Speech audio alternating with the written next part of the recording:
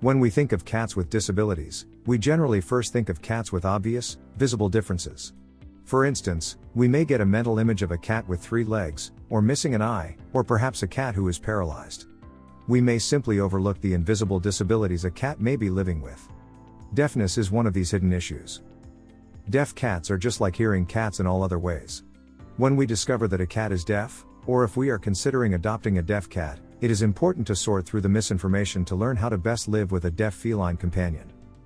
How do cats become deaf? Cats can lose their hearing as they age, just as many humans do.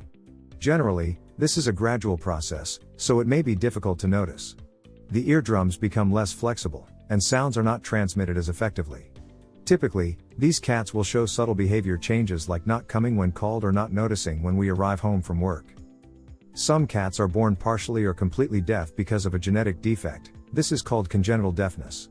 In most cases of congenital deafness, the deafness is pigment-related, and most of these cats have an all-white or mostly white hair coat. These cats are not albino, which is a complete lack of all pigment, as they do have color in the irises of their eyes, and they may have color in their skin or in part of their hair coat. It is a myth that every white cat is deaf, or that white cats with blue eyes, green eyes, or one of each are always deaf. How will I know if my cat is deaf? Generally, it is harder to tell if a cat is deaf than it is to tell that a dog is deaf, particularly if there is a hearing cat in the household.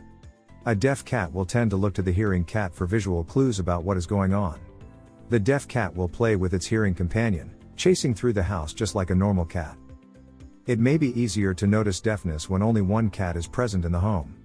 The cat may sleep very soundly. You may also notice that she startles more easily. Or she may not notice when you enter the room. To determine if your cat is deaf, clap your hands or rattle your keys when she is facing away from you. If there is no reaction, then there is a good chance that your cat is deaf. Deafness in cats is generally not linked to any special health concerns. How do I teach my deaf cat the routine in the household? Deaf cats are quite visually attuned to their surroundings, so take advantage by using your body language to communicate. When she looks at you, crouch down toward the floor and extend your hand to call her to you. Reinforce her instinct to approach you by using a small tasty treat. Standing tall and waving your arms above your head as you approach can communicate your displeasure if she jumps onto the kitchen counter or a table. In addition, you can teach a deaf cat to not jump up on a table or counter by using a squirt bottle filled with water set to the stream setting. A squirt of water is not painful, gets the cat's attention if she happens to be looking away from you, and actually separates the behavior correction from you so that your cat does not become afraid of you. By creating a scheduled routine and sticking to it, you can quickly teach a deaf cat important household routines, such as when meals happen and the feeding location. How do I communicate with my deaf cat? As mentioned earlier, deaf cats are highly visual and tend to be very alert and aware of their surroundings when awake.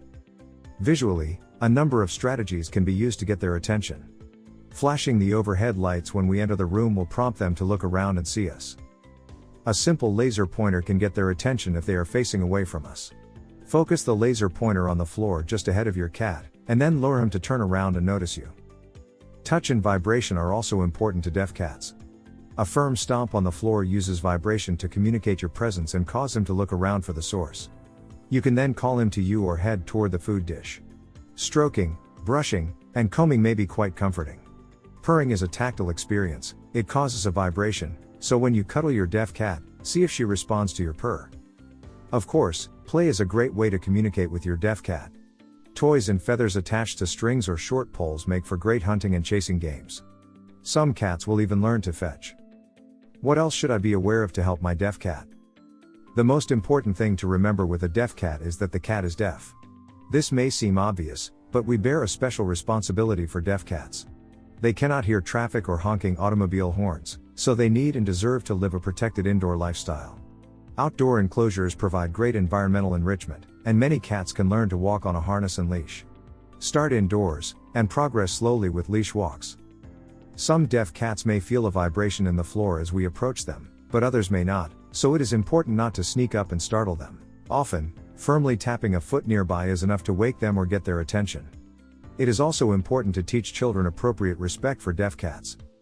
With a bit of thought, consideration, and training, for both cat and human, deaf cats can lead normal, long, rich, and happy lives. If you enjoyed this video, kindly press the like button. Also, don't forget to subscribe with notifications on, so that you don't miss out